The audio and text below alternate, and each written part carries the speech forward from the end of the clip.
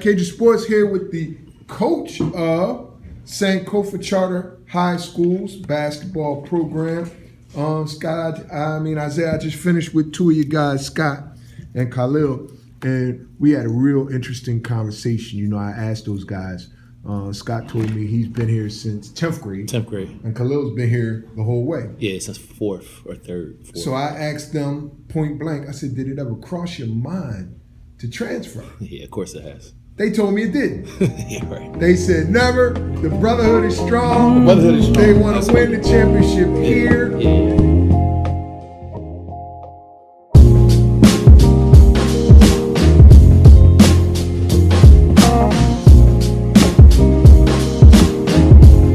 And they value this program. And I said, well, you know, I would have to say right now this program is one of the better programs in the city. Thank you. And I said, in the public league, you know, got to be top 3. They even look like 2.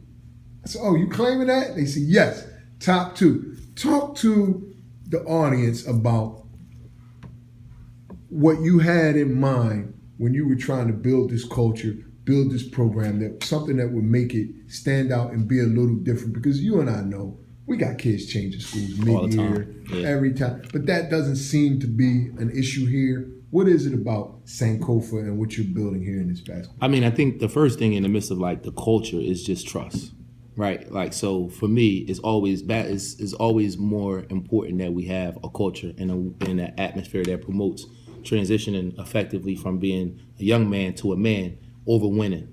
I think a lot of these kids, they come from places and spaces where they don't really know how to trust black men. And a lot of black men in their life, they use them for stuff. And so, like, first and foremost, you know, Scott is a great example. You know, a kid who came here because he did a lot of stuff with us outside of school, and just recognizing, like, look, if I tell you you're going to play, you're going to play. I'm not going to over-recruit you. If it gets to a situation where, you know, maybe you're not the best at your position, or it doesn't lead to, you know, whatever our desired goal was at the beginning of that season, the consequence isn't going to be, well, we got to go replace that guy. And I think so first and foremost is the trust thing. And then after that is them recognizing and me leading by example, showing them that it's always going to be bigger than basketball. Now, this year, we just fortunate enough to have a couple pieces and some guys who've been with the program long enough where they've kind of matriculated to a space where we can compete with some of the better teams in the area. I know you spoke to Khalil. Khalil's been here since 4th grade. You know, Khalil is a football player. A lot of people don't know that. They feel like where did he come from? They think he transferred from a school. He's a football player. And so one of my assistant coaches at the time, when Khalil was in 6th grade, you know, made him play basketball because his brother was playing varsity for us at the time. And so his brother like 6'4". So you know he's going to be at least 6'6", because his brother was already playing for us, and we made him play point guard in middle school.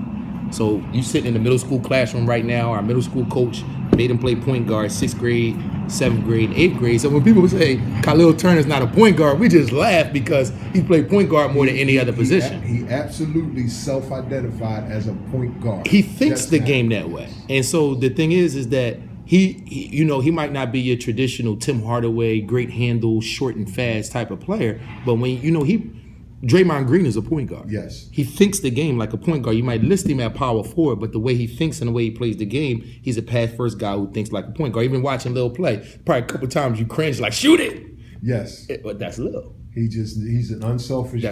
He's trying to make... It's the LeBron era of young proper guys. Basketball. It's the LeBron era. You know, we grew up with Kobe and Mike, where it was a little different. But you know, I think that's the biggest thing. So, you know, maybe it did cross their mind, and it crossed their mind because they're good players and people say it to them. And it's going to happen. People are going to say it to them. They've been saying it to them since they was in 10th grade.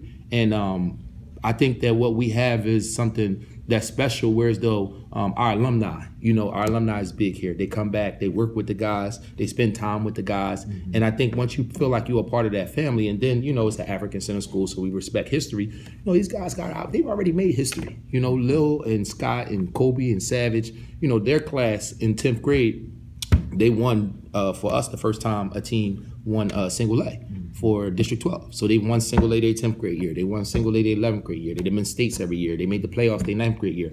So the bar is pretty high for us this year. We want to be one of the better teams in the area. And, you know, we definitely